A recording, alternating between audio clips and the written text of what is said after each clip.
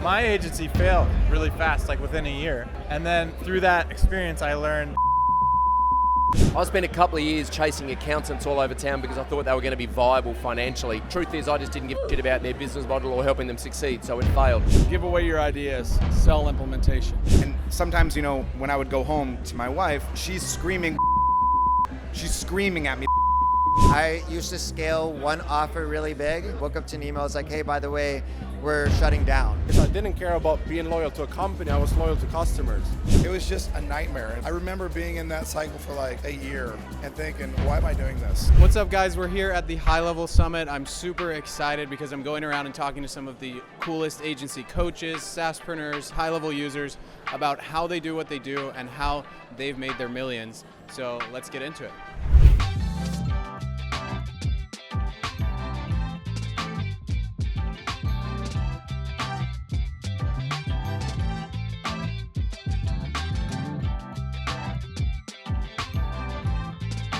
So I'm here with Alex, Houston now, Troy, here with Sam, Perry, Jarek, Chase, Jason, Andy. I'm here with Adrian. How's it going, man? Dude, super pumped to be here. Super excited. It's my first GoHighLevel event. Yeah, love it. Can you tell me about a time in your business when you ran into a wall that seemed like insurmountable or you didn't feel like you were going to get through that time and how you overcame it? Yeah, as an affiliate, I used to scale one offer really big, and the last one I did was a company called Lady Boss. I was their top affiliate, did $1 million in like 8 months, and then I woke up to an email where I was making $30,000 a month profit. I woke up to an email, it's like, hey, by the way, we're shutting down. And so I was like, holy crap, all my money that I was making from that is gone. And so how I learned I needed to change my business instead of going all in on one, to diversify. And that's where I'm at today, where now I promote over 500 different companies as an affiliate. None of them are too big, and every single month the same thing happens, but it doesn't affect me like it used to before. So yeah, probably the easiest time to recollect is I had open heart surgery 3 years ago. I was actually very successful in my business from basically 2010 when I started in college up to basically 2020 when I had the surgery. In that time, though, I didn't actually understand or define success appropriately. Success for me is probably pretty similar for a lot of people watching, which is just like more. Do more for the sake of more. Nothing was good enough. There was no concept of enough. It was just hustle for more, create more, get more, acquire more. And sometimes, when I would go home metaphorically to my wife and say, okay, here's what I got for my, collection. I'm off already to go collect more. And she's screaming, we have enough. She's screaming at me that we have enough, and I wasn't listening. And so when the doctor told me I had to have the heart surgery, that was the first time I was presented with the reality of like, maybe I'm failing at life, not just business, because I never took the time to actually identify what mattered to me. And I think that's probably the biggest failure of 99% of entrepreneurs. They have no idea what they want. They're just doing it based off of the concept of more, either because they're afraid to actually define it, or they're afraid that if they define it, they'll never achieve it. And so to me, that was the biggest failure I ever had, potentially losing my life without ever having purpose or intention with the time that I was granted and the opportunity that I had for the business that I created. So I would say that's the answer. Well, it's weird because I've never had giving up as an option, right? Because when you have a family, you have people to take care of, you don't have a plan B. So I've had moments where I pivot, like when I moved from ClickFunnels to High Level, I saw what the market needed. So I didn't care about being loyal to a company. I was loyal to customers, right? So you don't give up, you pivot to what the market wants, just like High Level launches features to what they need. What we need, customers. So that's how I've been thinking about it. Yeah, every freaking day, man. It's like I describe being a business owner and an entrepreneur like willingly getting out of bed so you can get punched in the face 150 times a day and keep going. And that's the difference between doing what we do and not, and just like having a job and having that kind of security. So I just lean into my team. I lean into my mentors. I ask them to help me get my head back in the game, because 99% of this is the shit that's going on between your ears, and if you can manage that and you can take hold of that and reframe that and be kind to yourself, you can get back in the game. And then if you're bringing positive energy to what you're doing, that's going to manifest in your team and with your clients and in the business. When I ran a traditional social media marketing agency, anytime we would get to like 25, 30 customers, we would get to an insurmountable thing. Like the wheels would fall off, customer complaints, not because we were doing a bad job, but because we were being reactive to support. And it was just a nightmare. And just that cycle, I remember being in that cycle for like a year and thinking, why am I doing this? So that was a pattern that happened a lot that I didn't know if it was worth it. And then the big one was less of a problem and more of a risk when we shifted from a traditional SMMA into more of like a hybrid SaaS SMMA. And we had an existing client base, and we're like, if we roll out this new offer, we could burn up the entire business. We did some testing just to like feel confident about it. But nonetheless, when we went out, it was burn the ships and off we go. And that was scary. It worked out, but it was scary. Yeah, other than when I went to jail. That was a pretty big one. Okay. I almost went to jail. Okay. Yeah, tell us about that. I was in the supplement business, and I said a bunch of crap you're not supposed to say because I was stupid, didn't know, and I almost went to jail. Cost me everything I had in the world. Really? Yeah, I got wiped out about 15 years ago. I got completely zeroed out. And I learned that, number one, you don't have to make big claims to sell things. All you have to do is expose people to ideas. That's it. And if you tell stories that people relate to, you'll be in business forever. And touch people, help people, don't expect a lot back in return. And you'll get more than you expect. If you expect a lot back in return immediately, you'll always be disappointed. Well, I did. So my agency failed really fast, like within a year.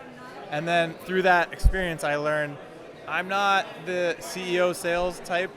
I'm an operator. So I need to find that to be the yin to my yang. And that's what I did. I ended up finding a guy named Matt Coffey, who's actually here at the event, which is cool. And together we built a big agency. And then I got the chance to join the team at GoHighLevel. Yeah, so it was is when I was running my real estate CRM. We had our monthly burn was like 14 grand a month at the time. We were just starting out, very small, and I think we had like 10K in the bank.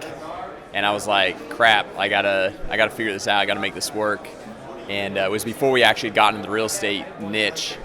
We had tried all these different industries, and so I was like, all right, we'll give real estate a try. And I'd been trying to do webinars for all these different industries, and finally rewrote the webinar, made it real estate specific, and that's next week it worked. I only got 2 sales, but made 2 grand. It was a huge win. I was like, okay, this is actually working, and then just kind of kept going, compounding, and slowly got out of that hole of just barely passing by, and we hung in there and we pulled it out and made it. But it was definitely scary for a bit. Hey guys, thanks so much for watching. I'm just hopping in here to let you know that if you click my link below, you're going to get $8,000 worth of bonuses and website templates, automation templates, and other bonuses and courses to help you get started with your high-level business. Super excited to share them with you. I'm coming out with a brand new course. It's going to be a game changer and included in those bonuses. So go ahead and click the link below and we'll see you inside. I felt like giving up. There's a few times that I personally, for me, that I felt like giving up. But every time that I felt like giving up, I always thought about who's depending on my success. And that's one of the things that I say to my audience is who's depending on you to be successful. So every time I felt like giving up, I thought about my wife, I thought about my family, and I thought about the clients that are going to receive the benefit of my services. So if you ever feel like giving up, just think about the people that are depending on you to be successful, and remember that this is just a hill for you to overcome. And when you overcome that hill, you're going to look back and you're going to be like, oh, that was a small feat. I honestly never really thought I had a choice to give up. I always had curiosity if this was the right thing to be doing, but the way I positioned myself whenever I was younger, like I started whenever I was 18, and I decided to live with my parents instead of like going to like a big 4-year university, and it really was my only option to, you know, like make an immediate impact and own my own business that I thought. So I never really thought of there being another option. But I can tell you after 2 years of not paying myself a single dollar after trying to start my agency, like yeah, there were definitely some discouraging moments, for sure. I mean, you wonder if it's ever going to work out. But I wouldn't say I ever thought about giving up. For agency owners getting started in 2023, starting from zero, what's your biggest piece of advice to them? Audacity sales, right? If you're just picking up the phone, if you're just sending cold emails, if you are just trying to send messages on Instagram, you're not really going to stand out, and you have no proof to stand out, and you're going to have this long haul format of you're going to have to do a lot of free work, and then you're going to work with bad clients, and then you're going to churn, and you're going to lose faith. Audacity sales is getting out in person, going to events, shaking hands, going to actual offices, speaking to people. Grab a box of donuts, 12 donuts, go to a local attorney's office if that's the niche that you want to go to and say, I brought these for you because I want the opportunity to speak to the attorney about something I could do to benefit your business. I'm just starting this company and I want to get a shot. This is the only way I know how. Will you be open to that? People like panache, they like style, they like audacity, and people want to help people who want to help themselves. Sending a message behind a screen isn't going to do shit, so that would be my recommendation. I'd say that you definitely have an advantage even over me whenever I was 18 in the sense that you have more life experience than what I had. You might have even had more jobs. You might have even, I mean, like you're older, you're more mature. Like you do have advantages that I didn't even have whenever I was 18 years old. And I would definitely say it's never too late. I mean, it's never too late to solve people's problems. It's never too late to get started. It's never too late to start learning new skills, and there's 24 hours in the day. And it's what you do with those 8 that you might be working a full-time job. It's what you do with that money that you save from that full-time job. Again, you're gonna have resources I didn't have whenever I was 18 years old. So you definitely have advantages either way. It's just now you got a little more on the line, and yeah, you gotta work your ass off. Also look at HighLevel, all the features they're creating. So and ask yourself like, okay, who am I gonna work with and what do they need within HighLevel? They don't need 100 different features. So I'm building funnels because it makes clients money, right? And then I launch new funnels for them so it makes them more money, and then I'm more valuable. Instead of selling logo design, sell them funnel design. Instead of selling just one funnel, sell them copywriting, design, branding, and tech integration. Build an entire ecosystem for them, multiple funnels. And now you're a funnel consultant. You can consult them and say, hey, you have a YouTube channel. You could have this funnel. You can have a low ticket. You can have an affiliate funnel, a bridge funnel, and a mastermind funnel. And if you see it, you're like, yeah, that makes sense. Let me hire Gusten to do it. Let me hire Hugo, whatever it is. It's going to sound cliche, but pick a niche. And the reason I say pick a niche, a lot of people get into the high-level community, start doing an agency, and they get overwhelmed with all of the tools, the features that are available to them to build the business. And that's the wrong way to do it. If you pick a niche and take the time to understand who they are, you were in the orthodontist niche originally, right? You pick just orthodontics with a very specific niche, and then you reverse engineer, excuse me, the high-level event has been too much fun. But you reverse engineer the product to fit the problem, not the reverse, right? You don't start with the product and find a problem, the reverse. I think the best way to do affiliate marketing is specifically create value-driven listicles that where you can jam-pack value in almost like these mini blog or email newsletters. And when you pick any niche to do like 7 things you should try in the morning to have a more productive day, 7 teas you should try to have a better mindset, like all these things are ways that you can add value to someone for free, and each one of those recommendations could be an affiliate link. So that's how I've grown to where I'm at. Give away your ideas, sell implementation. Ideas, as much as I hate to say it, ideas are kind of a dime a dozen without execution. Most people don't have a hard time coming up with ideas or finding ideas. They have a really hard time implementing ideas. So if you can aid them in the implementation of the idea, you can make a lot more money. It's a much bigger value for people, because really at the end of the day, the whole world comes down to supply and demand, right? Well, how many ideas are there out there floating around? All the information in the world's free, all the ideas in the world are free. There's unlimited supply, there's only a limited demand. When it comes down to the rubber meeting the road and implementation, there's a huge demand because people are getting inspired by all these ideas, but there's very little supply. So if you can provide solutions now, automated solutions that you automate, they don't know they're automated necessarily, but you automate your solutions and leverage your time, you'll make 100x more money. And you'll be able to pick and choose your clients. You know, you don't have to sell to anybody. So figure out what I just talked about. Are you an operator, or are you more of like a sales type of person? The book that I read that was really great in helping that was called Rocket Fuel. It's a pretty famous book in this space. Once you know that, you know what you're going to need to balance your weaknesses.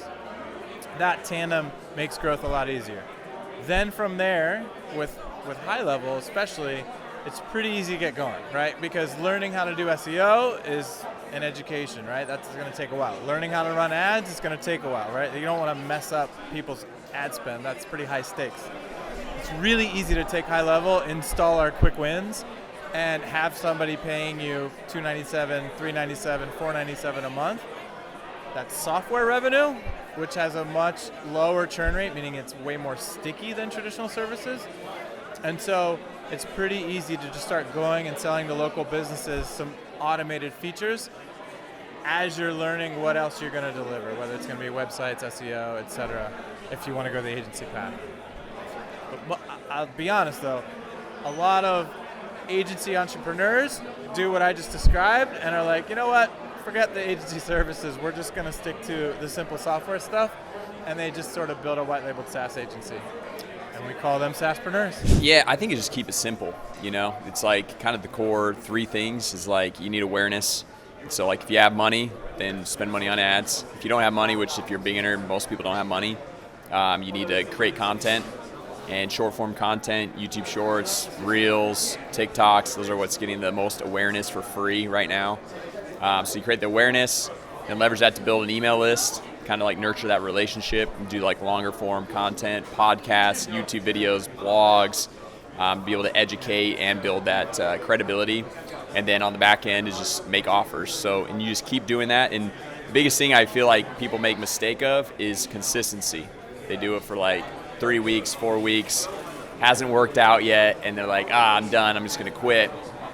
Where it's like have a year-long horizon and get a schedule that you can commit to being consistent for an entire year of doing those 3 things: getting awareness, build an email list, make offers, and then after a year of doing that, everything's going to completely change. So my advice would be this: find people that you genuinely care about helping them succeed, right? I spent a couple of years chasing accountants all over town because I thought they were going to be viable financially. Truth is, I just didn't give a shit about their business model or helping them succeed, so it failed. So find someone that you really care about, find a group of people that you really want to help succeed, and then find the one thing that you can do for them in the next 30 days, the low-hanging fruit, the quick win. Figure out how to do that in high level. Ignore the 3,000 other things you can do in high level and just know that they're there for you when you need them. But just focus on that quick win, dial it in, help a handful of customers get that quick win. And then you might find, because once you've got a quick win for a client, you've got so much trust, they will then do whatever you tell them to. And you might end up building a website for them in 6 months' time, but it's probably not where you want to start the relationship. So I know the guys at a high level are big on missed call text back. There's also email reactivation, there's Google reviews, there's GMB optimization. There's so many opportunities to get your foot in the door, build trust, and then with that trust, they'll see you as a trusted advisor and they'll basically do whatever you say. Love it. Thanks so much, man. Awesome.